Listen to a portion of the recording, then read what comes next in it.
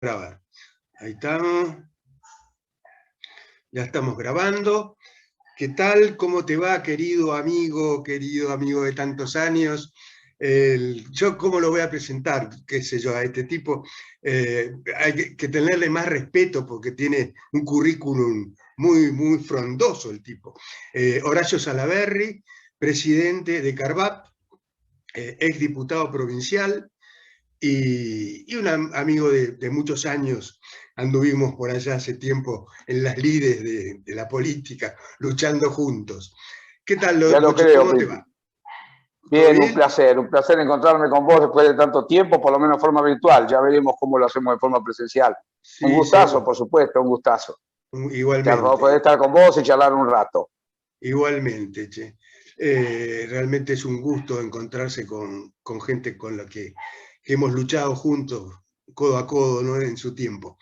Eh, Exactamente.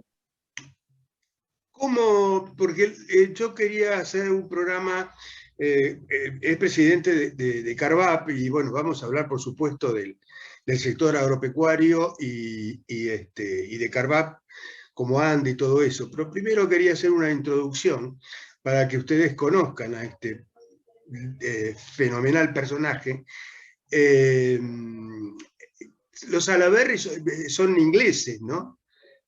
Sí, escoceses somos nosotros. Sí, Escoceses. sí. Escoceses, sí. Lo que pasa es que nos tocó nacer en la parte de Pamplona, pero ni hablar.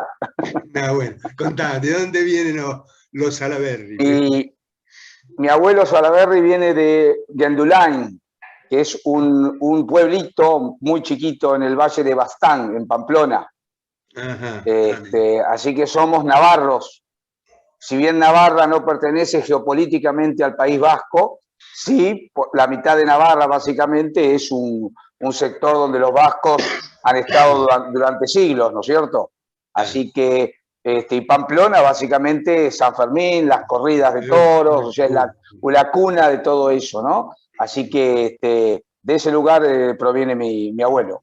Sí, ¿y dónde se afincó en un comienzo tu abuelo? ¿A dónde fue a Mi parar? abuelo ¿A Buenos Aires? Sí.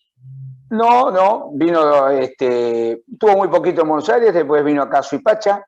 Ah, Mi directamente. abuelo, Ah, sí, directamente a Suipacha.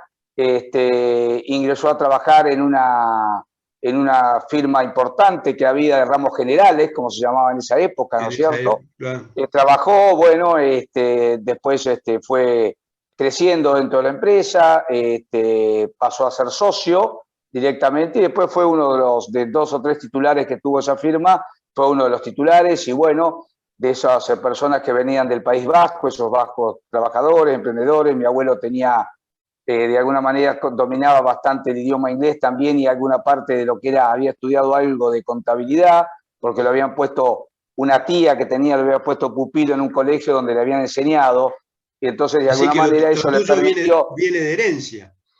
Exacto, yo soy contador por herencia, de alguna manera. Él tenía una Es, formación que le sirvió muchísimo, una formación de negocio que en esa época no abundaba, y gracias a Dios, bueno, progresó muchísimo, compró campo acá, se casó, tuvo 3 hijos, mi padre y 2 tíos, una tía y un tío, así que bien, fue un desarrollo muy importante que tuvo dentro de Zipacha, llegó a ser comisionado también, así que algo de la política también me viene por ahí, fue también te... comisionado durante un año en Suipacha. Sí, bueno, ¿y vos dónde? Por supuesto naciste en Suipacha también, de toda la vida. Mirá, A ver. sí, en realidad mis 3 hermanos, somos 4 hermanos, mis 3 hermanos nacieron en Buenos Aires. Ajá. Mi padre, abogado, después estuvo en la Justicia Federal, fue defensor oficial y juez subrogante. Empezó, digamos, él como estábamos, cuando mis 2 hermanos eran chiquitos, estábamos afincados en Buenos Aires, pero él tenía que viajar porque en el Juzgado Federal era en Mercedes. Cuando Mm, en verano, yo nací el 12 de enero, un verano viene acá a pasar en el campo nuestro, en la estancia nuestra, vino a pasar digamos, enero, que era el mes de feria judicial. Y mi madre entra antes de los 9 meses en un proceso de parto en el campo, ahí, no alcanzan hasta, en esa época, como papá estaba en el juego, le habían colocado un teléfono, que era los pocos que había 100 teléfonos en Suipacha nada más. Con teléfono Aquel teléfono en la manija, exactamente, aquel teléfono manija que se comunicaba, tal número, bueno, hasta que llaman, el proceso en principio no podía, no sé qué pasaba, que no podía comunicarse. Entonces mi tía, una hermana de mamá, que era profesora de lenguas y directora, fue directora de un colegio Bernasconi en Buenos Aires, había hecho un curso de enfermería por la Segunda Guerra Mundial. Las mujeres y más solteras como ella era hacían algún tipo de curso por si la conflagración mundial llegaba a Argentina. Bueno, y los primeros atención del parto de mamá la hace mi tía con papá cuando se comunica con el médico, el doctor Cusa, e inclusive, te digo más, tengo un cuchillo que tiene en la parte digamos, de la madera del cuchillo, ¿no? Del mango, grabado, bocho, como me dicen a mí, bocho, enero del 12 de enero de 1958, que el cuchillo que usó para cortar el cordón umbilical. El cordón lo corta con ese cuchillo. Así que nací bien en el campo, che, y a los apuros. Y a los apuros, sí. Campestre el tipo. Bueno, y después la primaria, ¿sí estudiaste en Suipacha? Sí, toda mi infancia en Suipacha, la primaria y la secundaria, en el colegio del Carmen, y después pasó a otro colegio, en el colegio de monjas, después pasó al colegio del Instituto Privado San Luis con el colegio de sacerdotes, digamos, de la colectividad palotina, que está en Suipacha. Que está mucho en la zona, en Giles, en Areco, en todos esos lugares, los palotinos tienen iglesia.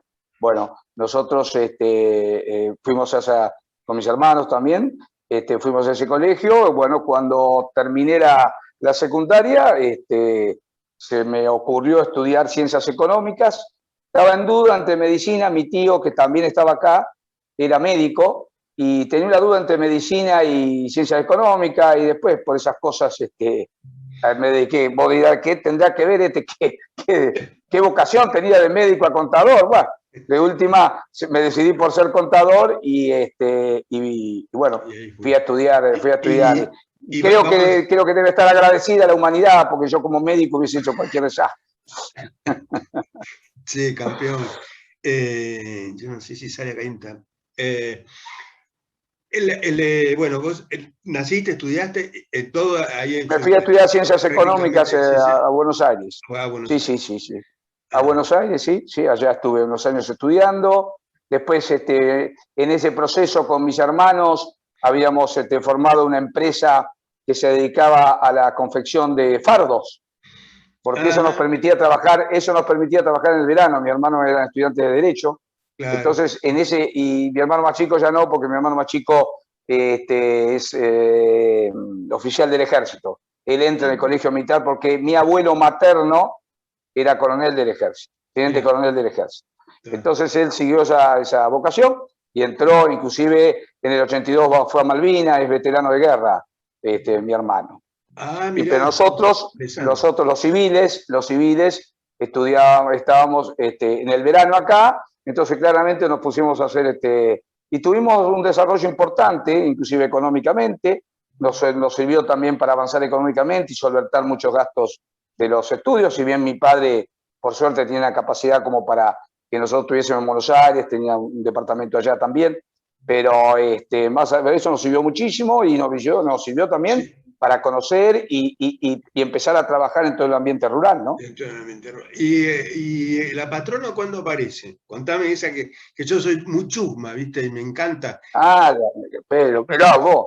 Y vos sabés que, bueno, en Suipacha, pueblo chico, nos conocemos todos, ¿no? Sí. Por supuesto que a mi esposa, que tiene, 5 años menos que yo la conocía, inclusive había ido a su cumpleaños de 15, que en ese momento, vos imagínate ya 15, nosotros 19, 20, éramos los viejos. Éramos los viejos que íbamos al cumpleaños, ¿viste? Éramos los grandotes que íbamos, bueno. Después, cuando, ahí tenemos estamos los chicos de 15 y nosotros universitarios, estábamos en Buenos Aires, ¿viste? Bueno, otra cosa. Claro, eran Gardel. Claro, seguro. Así era la costumbre. Y bueno, Después pasó el tiempo, fui al cumpleaños, nos conocíamos, yo conocía mucho a la hermana porque era casada con otro vasco, Jáuregui, íntimo amigo mío, ¿no es cierto? Miguel Jáuregui, que era novio de la hermana de Laura, de María Adela, exactamente. Y bueno, así, esas cuestiones de ir a bailes. ¿Te acordás en la época, no sé si allá, pero en la época nuestra, en la secundaria, se organizaban los que querían los egresados organizaban bailes, ¿no es cierto? Los asaltos. Y en distintos...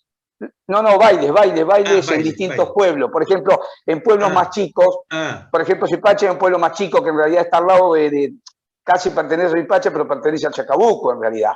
Pero está mucho más cerca, se llama Castilla. Castilla. Habría otro pueblo, Baez, Almeida, Rivas. Y estamos cerca, el Capitán Sarmiento está... Claro, está cerquita de todo eso, sí. Vos tenés más cerca de la zona de Goín, que es Carmen de Areco, todo eso.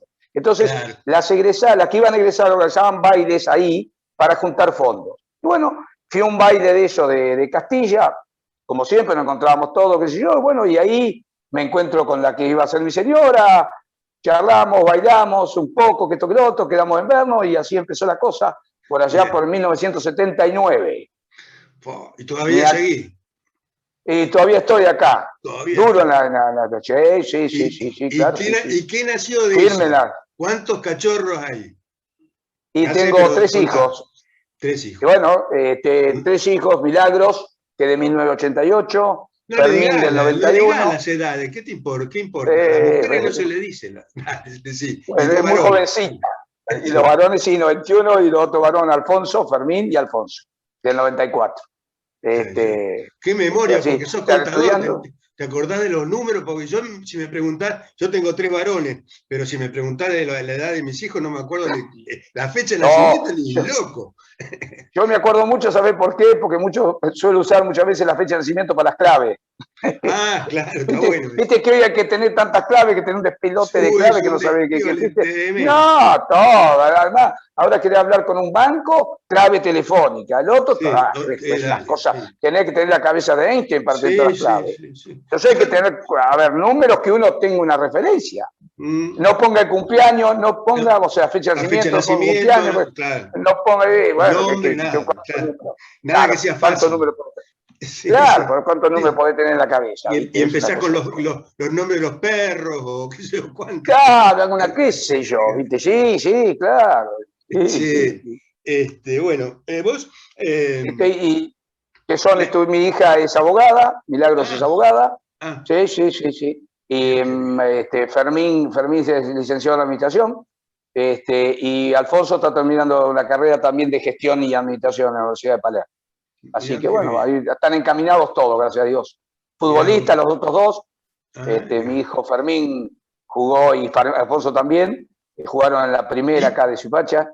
Ah, mirá qué bien. Che, ¿y vos? No, juegan. ¿Vos sos patadura como el deporte? ¿Cómo onda? ¿Pelota paleta? Yo jugaba de 11.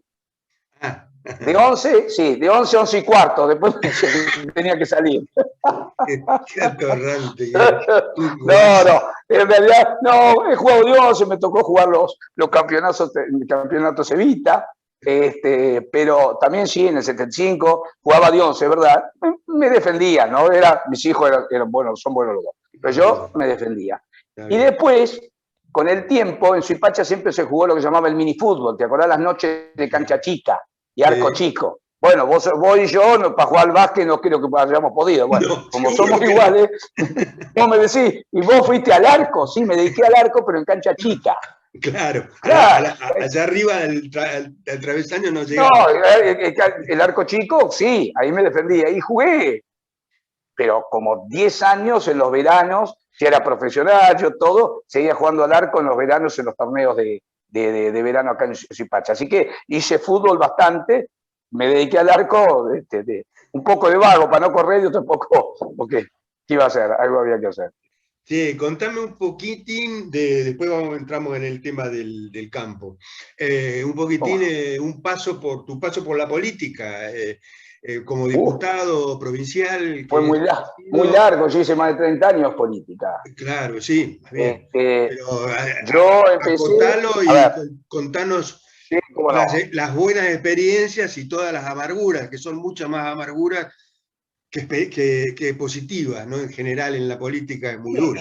Y más de donde nosotros trabajamos, que era el liberalismo, ¿no? Que siempre no fue algo demasiado comprendido de alguna manera. No hemos sido comprendidos. No, no hemos sido comprendidos. Todavía no. En su momento. Sí. Mirá, yo me recibo de contador, vuelvo a Zipacha con un amigo mío que estaba en Mercedes, el contador Esteves, que estudiábamos juntos. Da la casualidad, vos te acordás que en esa época allá había mucha gente que decía que llevaba los números, ¿te acordás? No eran contadores, pero llevaban los papeles, llevaban los números. Los notarios o algo así, sí. No, notarios serían los escribanos, pero en este caso eran los que llevaban. Y bueno, y una de las personas que le llevaba en su momento los papeles a papá, que estaba ahí en Mercedes, cierra, porque se tuvo un problema de salud, y mi socio y yo tomamos esa cartera que tenía en Mercedes. Así que me afinco en Zipacha, trabajaba como contador en Mercedes y también como profesor en el colegio donde yo había egresado, que necesitaban profesores de 2 materias, y bueno, entro también como profesor. Ahí empiezo, ya me caso a los 2 años de recibido, me afinco acá, bueno, y empieza la motivación, empieza todo. Ya había empezado, por supuesto, el tema democrático, yo había empezado, no en la facultad, mirá vos, nunca me gustó hacer política en la facultad, no sé por qué, inexplicable, yo un año por lo menos, pues yo después ya me recibí, pero un año podía haber hecho política en la facultad, no lo hice, pero acá sí, y acá empecé de alguna manera en el partido que se llamaba Unión Conservadora, que había, en Zipacha había digamos una base conservadora bastante fuerte, pero era gente que había quedado como conservadores, pero que no entendían de política ni les gustaba hacer política. Me vienen a ver una vez, che, vos sabés que vino, viste como decían antes, vino un tipo de Buenos Aires acá con el tema de formar, bueno, ingreso en la Unión Conservadora, vamos a la elección del 83, ¿no es cierto? Y sale electo concejal mi hermano. Se elegían 10. En el momento mi hermano, la base de acá, sirvió ya con... Bueno, estuve un año y pico más, después, bueno, como todos los partidos tipo conservadores y liberales fueron migrando al Partido Federal, ¿te acordás de Manrique? O a la UCD, bueno, yo migré a la UCD. Bueno, ahí conformamos la UCD, ya empezamos a trabajar en forma fuerte en el Comité Capital, allá en la calle Piedras, vos recordarás, después en la primera sección electoral, toda la primera sección electoral, es un problema para mí la primera sección electoral, fue un problema porque en realidad yo era del pueblo más chico de la primera sección, yo tenía que estar con Moreno, con Morón, con San Isidro, Vicente López, o sea, en 2 manzanas había... Claro, en 2 manzanas tiene más gente que yo en Zipacha. Claro, claro. Pero el trabajo nuestro en Zipacha fue muy fructífero. Ya en la elección del 85 metemos 2 concejales más, así que sobre 10 teníamos 3. Mirá. En el 87 enfrento con 31 años, sí, menos de 3, 29, no 31, 29 años, me caso, en el 87 me caso, y enfrento al intendente, que era el suegro de mi hermano, mirá lo que te digo, Miguel Guigan, del radicalismo. Y en realidad termino perdiendo por muy pocos votos. Yo era, de alguna manera, mi familia, una familia conocida, yo era un hombre conocido porque ya me gustaba andar por todos lados, meterme, ya había tenido actividad, digamos, estos 4 años políticamente bien conocidos, bueno, salgo electo concejal. Por supuesto que metemos otro concejal, teníamos 4 concejales. Y bueno, en la UCD, un partido con 4 concejales, un distrito con 4 concejales, era relevante, era un montón. En eso empiezo, digamos, a jugar en unas ligas superiores dentro del partido. Exacto. Y básicamente, digamos, siguiendo a Federico Clerici. Bueno, aquellas famosas internas que hubo, Clerici siempre, de alguna manera, ganó esas internas. Yo me fui pegando a la línea de él, básicamente. Cuando llega la elección... ALA, exactamente. ALA, sí. Apertura Liberal Argentina. Sí. Liberal Argentina, exacto. Se fundó en Capitán Sarmiento, ALA, en mi campo. Sí, mirá vos. Con Federico Clerici, con Durañón y Bedia, y bueno, y unos cuantos más eran. Bueno, pero después de Urañona estaba con Aguado. Ah, bueno, Después después se pasó abren, ¿te acordás? Sí, Claro, sí, bueno, claro, después se armó unos despelotes bárbaros. Sí, sí, Ni hablar. ni Pero hablar bueno, de eso. lo de todo, ¿eh? Yo fui presidente de la Junta Electoral en 2 periodos, así que las Sí, internas las conozco bastante bien. pero sí, sí, si te habrán acordado de tu madre en esa época. No sabés, No por sabes, Dios, los no, miedos que ni tenía hablar. era peligroso. Pero dale, Sí, seguí. claro que. Y bueno, Contame. ahí empezamos bueno, al empezar la Liga Superior, que yo viene de elección del 91, Albamonte va de candidato a gobernador, entonces se arman las listas de la No primera sabía. sección y bueno, yo en la primera sección termino, estaba un dirigente de Lali Piotti, que era dirigente de Vicente López, De Vicente tiene un López, problema de fallecido salud, ya. Sí. falleció Lali. Bueno, yo quedo de primer diputado y detrás mío queda, por la línea de Ibarbi en esa época, queda Marcelo Elizondo, de Mercedes. Tipazo, Que sí. Marcelo Elizondo, sí, Le hice un programa. Hice un sí, programa con ha hecho él. una excelente carrera, es un excelente profesional y un hombre que Sí. tiene un conocimiento del comercio exterior El impresionante. comercio Bueno, exterior, somos muy amigos con fenómeno Marcelo de tipo. Elizondo. Esa amistad quedó de siempre, siempre nos hablamos, nos juntamos. Sí. Bueno, de ahí salgo electo diputado, estoy como 4 años como legislador en la provincia de Buenos Aires, después sigo toda la participación política, En en esa el época, 99, con vos, cuántos había en ese momento? 8, Porque 8. Ajá. Que 8. estaba Después quedamos Malgian, estaba 4. Sí, Cejas, exacto, eh, exacto. Quedan Ceja, estaba Botassi, Otassi, de allá y Botempo, y Hugo Y Hugo Bontempo, que Bontempo, que sigue hoy ahora. está a cargo de la UCD. Hoy está a cargo de la Exacto, UCD. exacto. Después Cámara y Kirch, y Elizondo y yo. Fernando Cámara y Kirch Fernando Cámara y de Kirch allá de de allá Miramar. de Miramar. De De Miramar, Miramar. sí. Bueno, después seguimos trabajando en política. Yo, en un momento dado, entra un poco en crisis el Comité Nacional de la UCD y bueno, empezamos a actuar de provincia y yo salgo electo presidente del Comité Nacional de la UCD. Y bueno, me tocó negociaciones con Menem en su momento. En el 95 yo estuve con Menem, de alguna manera, en conversaciones cuando se hicieron esa alianza que se hizo en el 95, ese apoyo que se hizo en Menem, y en el 99, como presidente del Comité Nacional y Bontempo como presidente del Comité Provincia, Provincia. hacemos un acuerdo con Dualde. Con Dualde. Nosotros, en realidad, lo que nosotros veíamos que había un agotamiento en todo lo que era ya la... Nosotros siempre fuimos un partido con un origen muy fuerte por nuestro dirigente, que era Alzogaray, que tenía un contenido de temas económicos muy claro, un sesgo Fuerte, muy claro. económico muy claro. Claro. Sí, muy claro. En ese momento nosotros entendíamos que estaba agotado el tema de la convertibilidad, que en realidad había que buscar ya una variante.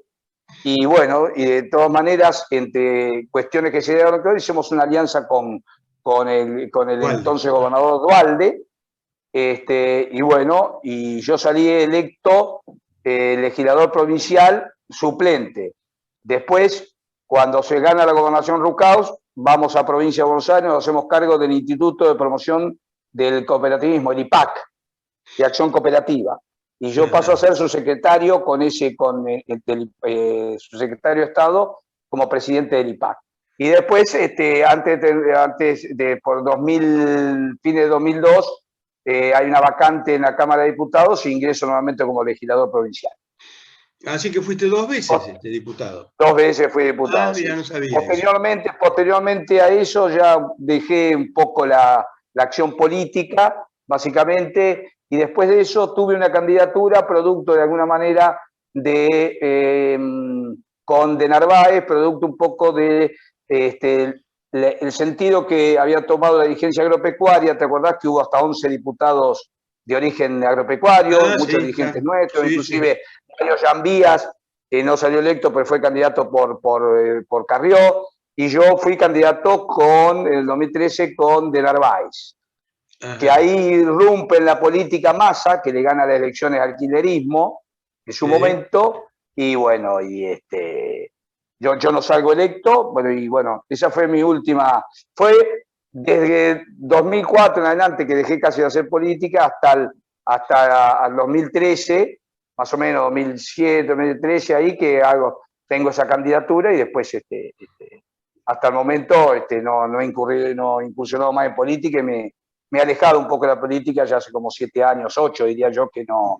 Si Claro. bien mantengo contacto y mantengo el conocimiento de la dirigencia, pero no he dedicado más a la política activa de alguna manera. Está bien, está bien. Che, y bueno, y entonces ahora Tiene, claro. claro, con Carvajal, no, pero digo ¿cómo se llama? ¿Cómo le dicen a...? Sos un oligarca terrateniente vacuno. ¿Cómo nos podemos sacar?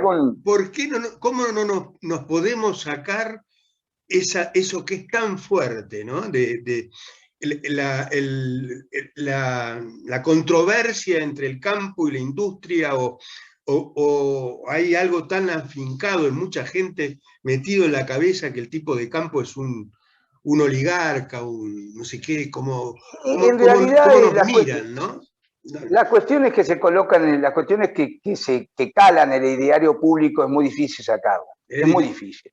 Entonces, es difícil, sí, es muy difícil. Hay muchas cosas que calan en el ideario público que algunas hasta no fueron ni verdad y directamente quedan y se siguen enmarcando. Y vamos a ser claros, si yo trabajo en política, también ¿qué hago? Trato de, si tengo un enemigo, de meter el dedo donde la llaga, duele, y bueno, donde duele. Entonces digo, ¿cómo descalifico a quien quiero yo descalificar? Y bueno, buscando. Entonces se busca a través de la oligarquía, entonces cada tanto algún sector del gobierno, y muchas veces básicamente lo que sigue el kirchnerismo, básicamente claro, ha tratado de utilizar esa cuestión como una cuestión de, digamos, de reivindicar aquello de clase, de casta, de la oligarquía vacuna que en algún momento existió en el país. Esto tiene la oligarquía vacuna del país, lo que se denominó, debe tenerlo ya, lo que se denominó en su momento históricamente, 60, 80 años. 80, 100 años más o menos, que lo que se denominó en ese momento, ¿no? En realidad yo creo que hay otro muchos años, cuando yo sabía, estaba en Buenos Aires, y sabían que tenía campo, y entonces todos me preguntaban, che, lo primero que me preguntaban, ¿tenés campo? ¿Presentás en la rural? O sea, sí, claro, sí, era claro, sí, acotado, sí. viste que todo, a Palermo, a la rural, Palermo, claro. Exacto. Es un inicio con respecto a lo que es el sector, ¿no? Exacto, aquel sector es algo que por supuesto que existe, que es muy interesante, que es una vidriera al mundo, que claramente surgió como exposición de lo que Argentina fue y es en el tema agropecuario. Pero por supuesto, y ni hablar en ganadería. Tema pecuario, ¿no? Sí.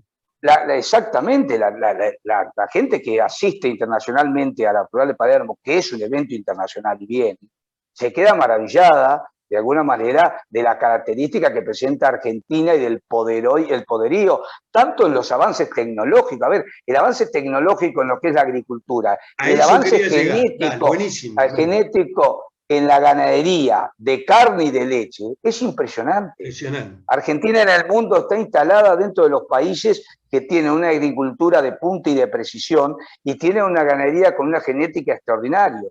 Y vuelvo a insistir, tanto en carne como en leche. Inclusive hasta tenemos una variedad de razas, desde las razas índicas que en ningún momento se pensó que podía darse en Argentina. Hoy hay cruzas índicas que están en el... Exacto, pero hay cruzas índicas que se han adecuado a lugares como Suipacha o Capitán Sarmiento. O sea, hay una evolución genética y productiva en Argentina extraordinaria desde el sector agropecuario, que si se interpretase bien, debería ser, y para mucha gente bien intencionada y gente que conoce, y muchas veces el común de la gente, es orgullo cuando, si vos encontrás a alguien en el mundo, indudablemente lo que primero se reivindica claramente el argentino es la carne en sí, más allá de los jugadores de fútbol, para ser claro, o Maradona, Messi, los jugadores de fútbol, pero la carne es un símbolo nuestro, es como una nave insignia nuestra. Y todo argentino... Exacto, todo argentino debe sentirse orgulloso de pertenecer a un país que tiene esa calidad de producción. Muchos los españoles que vienen acá, los italianos, si bien venían en una época desastrosa de Europa, siempre estuvieron orgullosos también de su país, reivindicaban una cantidad de cosas de su país también. ¿No es cierto? Creo que los argentinos tenemos que volver un poco a eso, a reivindicar aquellas cosas que nos han instalado en el mundo y que son parte de todos nosotros, ¿no? Porque de última, las producciones en nuestros pueblos son parte de los pueblos. por supuesto. Yo nunca califico, no estoy de acuerdo en alguna frase que se habla, por ejemplo, Capitán Sarmiento o Suipacha viven del campo, y en realidad no es que se viva del campo, se vive con el campo. En las ciudades del interior, que un poco fue lo que no entendió el kirchnerismo, cuando hablaba de ellos y nosotros. Que ellos y nosotros, que siguen haciendo. Y bueno, pero eso es un fracaso en el interior, porque en el interior no se entiende ellos y nosotros.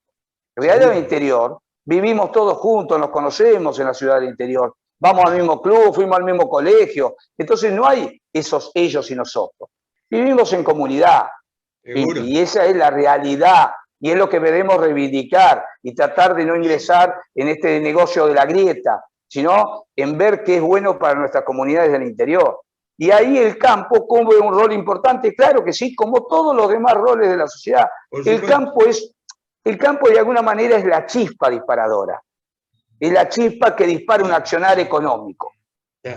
Y además, lo bueno que es nuestro campo, digamos que la gente todavía, vos decís el bife de chorizo, por decir, que la carne, pero además el sector en la agricultura y en todos los, como dijiste, en los tambos, en la leche, pero además en la agricultura, la calidad de nuestros agricultores hoy está en el top del mundo. Tenemos unos técnicos maravillosos y la gente no sabe. Por supuesto. Esto.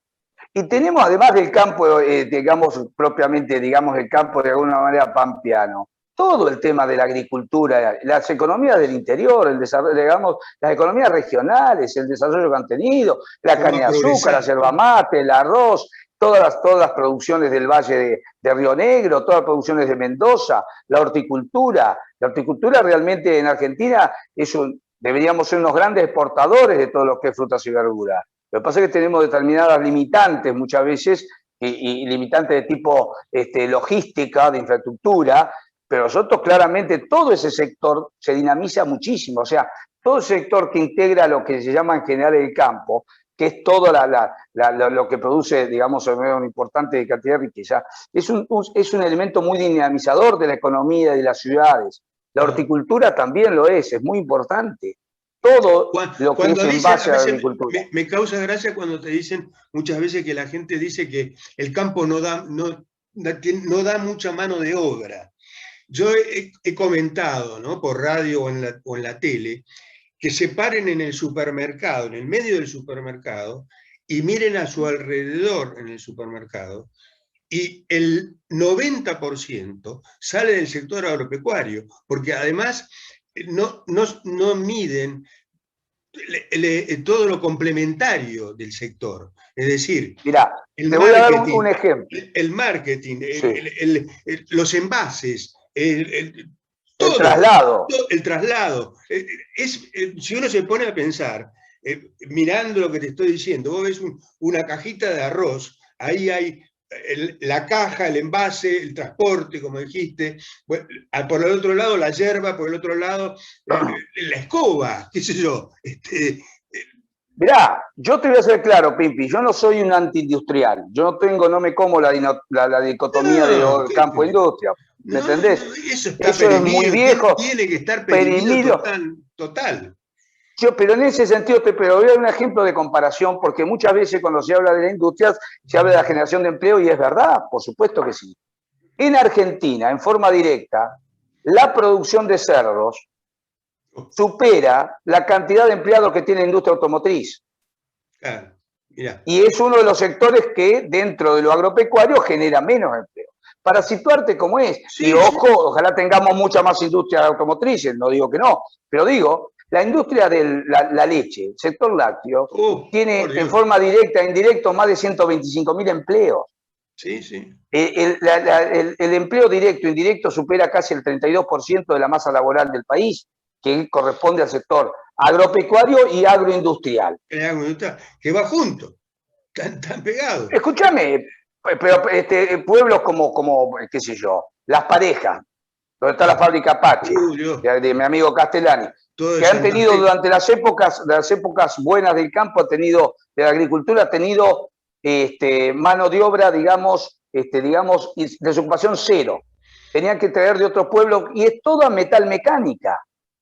Claro. que es parte que hace el sector agropecuario, la demanda del sector agropecuario. Hay momentos que la demanda del sector agropecuario no alcanzaban a complementar tractores ni maquinarias cuando, digamos, el sector agropecuario hoy mismo es generador de empleo en esa manera. Pero, digamos, si la cuestión estuviera mejor, ¿no es cierto?, seguramente generaría mucho más trabajo directo e indirecto. A pesar de todas las patas que nos ponen encima, que se le pone encima al sector, y toda la incomprensión que hay por lo que estamos diciendo, a pesar de todo, a pesar de los cambios de rumbo que al sector lo golpean muy fuerte, ¿no? Porque al no haber una línea, el sector agropecuario, no hace falta decir que necesita porque todo lo que se hace con tiempo. O sea, vos cuando decís, bueno, voy a poner un tambo, o voy a hacer agricultura, después tengo que hacer esto, después tengo que hacer, el tercer año voy a hacer, necesitas una proyección, una tranquilidad de que el rumbo no te lo cambien y que no haya una ley o un decreto. Exacto. O un tipo que diga, no, porque sentado en un sillón, allá en donde sea, en La Plata o en la Casa Rosada, el tipo dice, no, vamos a ponerle las retenciones, por ejemplo, qué sé yo. Y te dice, ¿sabes lo que pasa? La economía, más la agropecuaria, se necesita previsibilidad. O sea, si no es previsible, indudablemente, si no hay reglas claras en el tiempo, es indudable, pero cualquier tipo de actividad, y el campo sobre todo. El campo sobre todo. A ver, yo creo que hay estas dicotomías, este alejamiento, ese enfrentamiento que se quiere generar. Digamos, esto es lastimoso. Mirá, el sector agropecuario nunca se quiere enfrentar con ningún gobierno, vamos a ser claros. En el 2008, el enfrentamiento no vino por causas, sino causas por un abuso impositivo tremendo que directamente hacía imposible una producción. Exacto. Entonces, se genera ese enfrentamiento. A ver, yo te voy a citar un caso del 2008. En el 2008, en Chile gobernaba Bachelet. Sí. Michelle Bachelet, socialista. Socialista de izquierda, sí. Exactamente, socialista de Chile.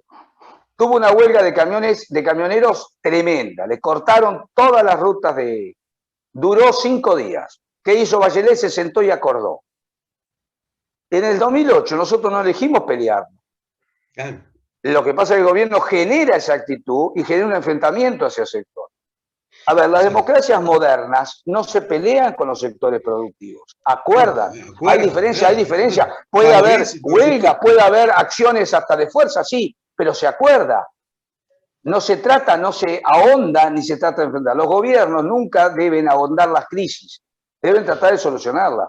Y en ese momento se ahondó una crisis, tratando de ver, como vos decís, de generar una grieta que en el enfrentamiento de unos con otros resultase a favor del gobierno. Y no resultó a favor del gobierno.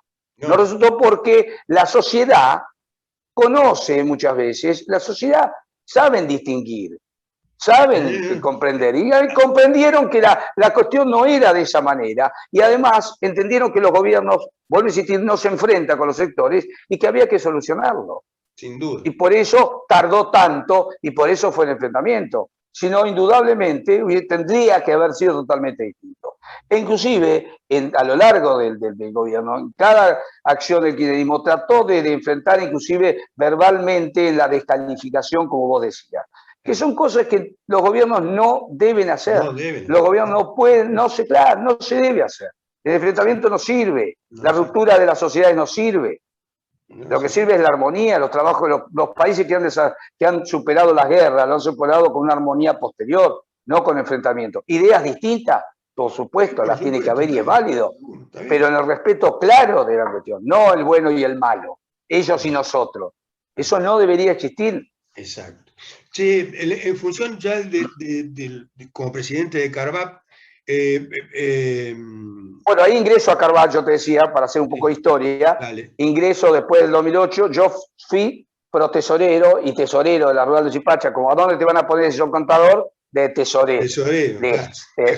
Tesorero, protesorero, ahí estaba yo en Suipacha. Mi hermano también fue 10 años presidente acá en Suipacha, de la Sociedad Rural de Suipacha. Bueno, tesorero, protesorero, sociedad de Suipacha. Bueno, por allá, por el 2007, 2008, empezamos con la crisis del 2008, empiezo yo viajaba a Carbat, empiezo a viajar más seguido a Carbat, me integro en forma mucho más activa. Por el 2010 empiezo como tesorero de Carbat, iba a ser. Posteriormente, después de 2 años en la renovación de las comisiones, se me elige presidente. Estuve 4 años hasta el 2016. Del 2016 hasta del 2016 hasta el 2020, fui nuevamente tesorero. Y el 2020 había que hacer la reelección, había que hacer elecciones en Carbat en julio. Te habías robado un montón de plata como tesorero. Una cosa de loco. Fortuna. Y ahora es más fácil porque con las transferencias bancarias, ¿viste? Ni con la plata en la mano salgo. No. Dale. En el 2020 no se pudieron hacer la renovación por la pandemia, no pudimos unir y nos reunimos que nos permitió la elección de persona jurídica en enero, y ahí vuelvo a ser presidente y ahora estoy cumpliendo pero vos ya habías sido mandato. Presidente. Antes ya por eso, del 2012 a 2016. Exacto, claro. Está bien. Así que, y ahora estoy cumpliendo mi tercer mandato como presidente de Carbat. Sí. Una entidad con 116 rurales adheridas de Buenos Aires y La Pampa. Ajá. Así que todas las sociedades rurales, si bien el nombre de alguna manera se identifica con la Sociedad Rural Argentina, todas las sociedades rurales de la provincia de Buenos Aires pertenecen a Carbat. Absolutamente todo. Inclusive la de Capitán Sarmiento también. Sí. La asociación de productores. Así que siempre. Sí, exacto. La asociación de productores agropecuarios de Capitán Sarmiento, que pertenecen a la zona 2 de Carbat. Con lo cual tengo, digamos, mucha actividad en común y, bueno, se mantienen activos dentro de Carbat. De Antonio de Areco también. Todos. La segunda es lo mismo que la política, no. No. Se llama zona 2, pero no. Nada que ver. Okay. No, porque te digo más, nosotros no tenemos zonas en las áreas urbanas. Claro. Son todas áreas rurales. En realidad, las 116 rurales son de Buenos Aires y La Pampa. De provincia de Buenos Aires son alrededor de 100, que son los distritos rurales. Sí. ¿Cierto? En un momento estuvo rural en la Matanza, que tenía actividad hace años, y quedó dentro de Carbat la Sociedad Rural de La Matanza, que tenía actividad ganadera y agrícola importante. Importante. El distrito, sí, es muy grande La Matanza, muy grande. Te digo más, de hecho, hoy todavía algunos lotes de soja, yo creo que en La Matanza se hace. Mirá vos, qué bárbaro. Te diría casi con seguridad, algunas pequeñas lotes se puede ser que todavía se... Sí. ¿Cómo no? Siempre te digo, además de toda la horticultura y todo eso. ¿Cómo anda el sector con respecto, por ejemplo, a los caminos rurales? Que es todo un tema, ¿no? Nosotros acá estamos relativamente bien, pero te digo en general, ¿cómo lo ves? Cuando yo fui presidente, nosotros creamos una acción gremial que se llamó TEX, que era transitabilidad, electricidad, conectividad y seguridad, que son los 4 ítems para un sector agropecuario, digamos, que el sector agropecuario necesitaba reforzar. El tema de la transitabilidad es uno de los temas claves. En realidad, en promedio, no es bueno, es malo el mantenimiento de los caminos. En realidad, cuando lo hacen los municipios, deja mucho que desear en muchos lados, aunque debo reconocer que en muchos lugares hay intendentes que se abocan a la tarea. Pero donde mejor andan son la formación de consorcios, donde la actividad privada también está implementada. Hay lugares donde hay cooperativas también, pero básicamente en los consorcios viales, que están manejados de alguna manera por la parte privada. Por los rurales. Por las asociaciones o conjuntamente con por ejemplo, la de desarrollo, que lo hace conjuntamente con el gobierno municipal, ¿no es cierto? Realmente ahí se nota que hay un trabajo mucho más elaborado y la vinculación público-privada es exitosa. Y se genera realmente unos buenos mantenimientos de los caminos. En realidad, hay un entendimiento malo o un entendimiento desde el punto de vista económico errado del camino rural. Por citarte así, para graficártelo, un producto exportado de Argentina, un día vos lo vas a encontrar en cualquier góndola del mundo pero un día salió de un camino de tierra. Salió de un camino de tierra. Seguro. Entonces, si nosotros estamos dentro del concierto de las naciones que más, digamos, que mayor capacidad productiva agrícola tenemos, para competir en ese mundo, digamos, las grandes ligas de la producción alimentaria, necesitamos una infraestructura de base buena. Y nosotros tenemos una pérdida de competitividad porque la infraestructura de base es mala. O sea, los caminos rurales en general son precarios y de difícil transitabilidad. De hecho, y no por ser egoísta y pensar en la producción, uno piensa muchísimo en quien optó por vivir en el campo y trabajar en el campo. Hoy a la gente que trabaja en el campo se le hace difícil a veces salir con la situación de los caminos como los tiene, y por otro lado por no tener conectividad, Pimpi.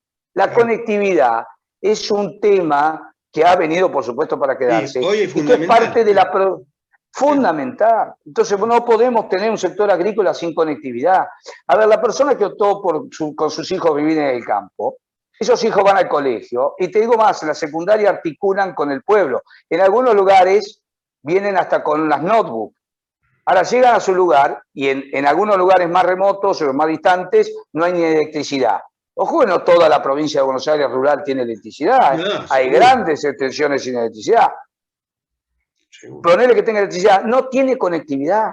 Entonces ese alumno de esa escuela está siendo claramente discriminado, está perdiendo posibilidades ante otro de su mismo pueblo y de su misma ciudad. Entonces la conectividad es un valor que hay que adquirir para el sector agropecuario y hay que generarlo no solo por la producción, sino por el hábitat.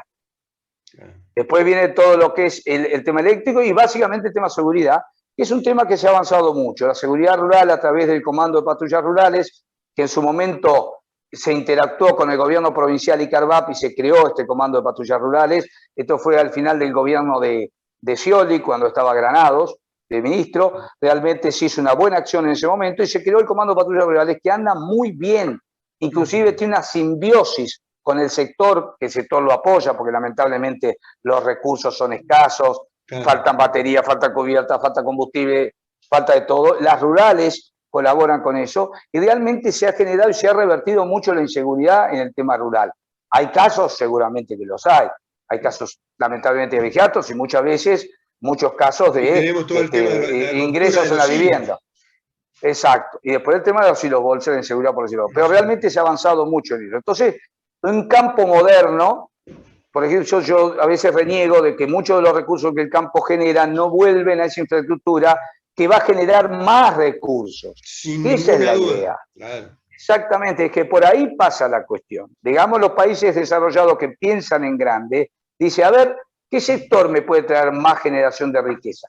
¿Qué sector me puede devolver más si se quiere en impuestos? Y un sector altamente productivo que puede competir con el mundo. Y en Argentina, el 60%, básicamente el 55 y el 60% del ingreso de divisas se hace a través del sector agropecuario o de las MOA, que son las manufacturas de origen agropecuario. O sea, la simbiosis entre la industria y la actividad primaria. Y Argentina en eso tiene un valor agregado en el mundo, que es una alta producción, una tierra generosa, ¿no es cierto? Y lo que debemos, para mantener nuestra performance y tener una competitividad mayor, mejorar todas estas cuestiones que yo te estaba mencionando. Está bien, está. Sin ninguna duda. Acá lo que pasa es que como un poco el sector es la gallina de los huevos de oro, todas le van a sacar las plumas. Entonces, es al revés de lo que debería de ser, ¿no?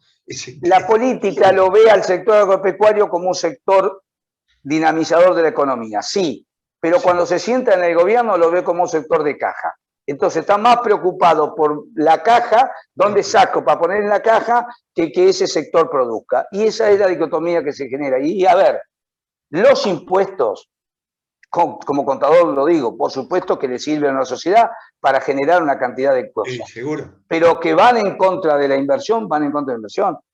Si alguien quiere mejorar una inversión, lo primero que tiene que hacer es bajar la presión tributaria.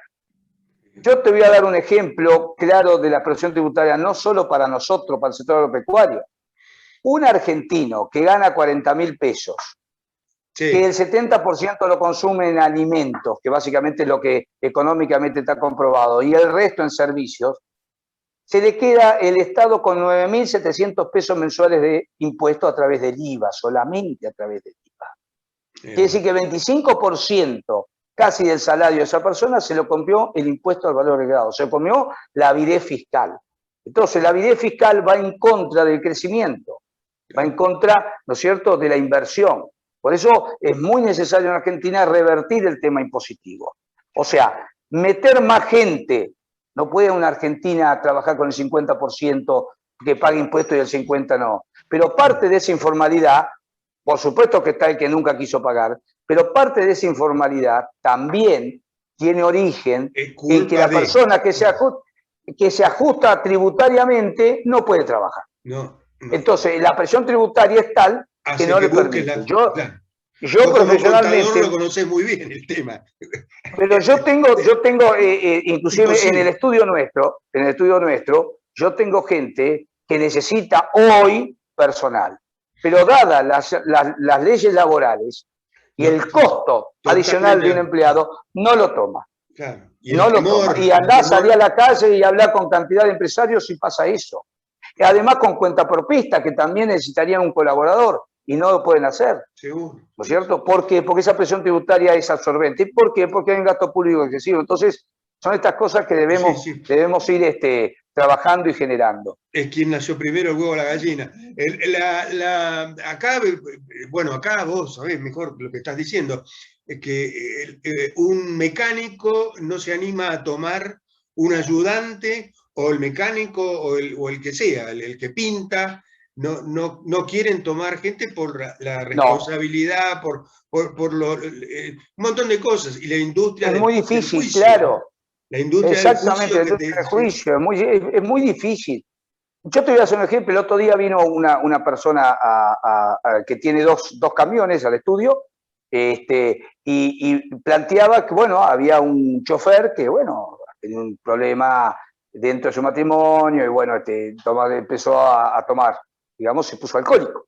Ya tuvo dos accidentes. Entonces, la idea era, realmente, no podía seguir mantenerse en el trabajo porque lo está desempeñando mal. La indemnización de esa persona, ¿no es cierto?, de esa persona, le costaba casi un camión. Entonces, entonces vos decís con los años, es verdad que hay que indemnizar, pero hay que cambiar el sistema. Hay que hacer un sistema de acopio, digamos, que dentro del aporte que se haga para el personal esté incluido un aporte que sea de carácter indemnizatorio, como se hace en la industria de la construcción, donde se va generando un fondo para cuando termina la obra, ¿cierto? Si no, no se podía trabajar. Y en este caso hay que ir teniendo una mirada de esa característica. Entonces, el mismo empleado, va generando un fondo que puede trabajar inclusive hasta financieramente, que va a ser el fondo en el caso de que un día pierda el trabajo porque se quiere ir o pierde el trabajo porque es despedido, ¿no es cierto? Entonces, porque se termina la relación laboral. Se terminó la obra, lo que sea, claro. Se terminó la obra y tiene su acopio. Entonces, ese tipo de cuestiones es donde hay que ir pensando, porque muchas veces los sindicatos piensan en la persona que está trabajando, pero acá hay que pensar en la masa de trabajadores que tienen que incorporarse todos los años. Entonces, si vos yo no digo desproteger a nadie. Hay países que han avanzado, como lo ha hecho Brasil ahora, en reformas laborales, y han permitido la incorporación de una cantidad de gente al mundo laboral, sin quitarle ningún tipo de beneficio. Se quitan impuestos y se quitan los abusos, pero después hay protección, por supuesto, del empleado, ¿no es cierto? Y esos son deberes que nos debemos, de alguna manera. ¿Qué nos debemos? ¿Cómo se nota que tenés la cabecita liberal ahí adentro? Che, campeón, se nos pasa el tiempo. Vos tenés un Zoom ahora y yo tengo acá también una cosa. Con la sociedad rural, sí. Sí, me imagino. Bueno, un gustazo, realmente, un gustazo verte nuevamente y bueno, charlar con vos. Así que bueno, alguna vuelta que pases por Capitán Sarmiento, porque vos te debes mover por todos lados. Pasá y preguntá por Pimpi Baba y ahí va a estar un gaucho con unos matos, por unos mates, unos vinos, lo que sea, te vamos a estar esperando. Sí. Como no tomo mate, voy por la segunda opción. Por la segunda opción, que es borracho que sos. No, no es para que me califique así. Falta respeto. Falta respeto. Sí, es un vino con un amigo, nada más. Sí, seguro. Che, campeón, bueno, nuevamente un gustazo y bueno, nos mantenemos al habla por ahí. Por supuesto que sí, por supuesto que sí. Okay. Te mando un gran abrazo y un saludo muy grande a todos y a los amigos productores allá de Sarmiento. Un abrazo grande. Fantástico. Bueno, espero que hayan aprendido cosas, que hayan disfrutado este encuentro y que les haya gustado, como siempre. Yo me despido de ustedes, será hasta la próxima, a mi manera. Gracias, chao.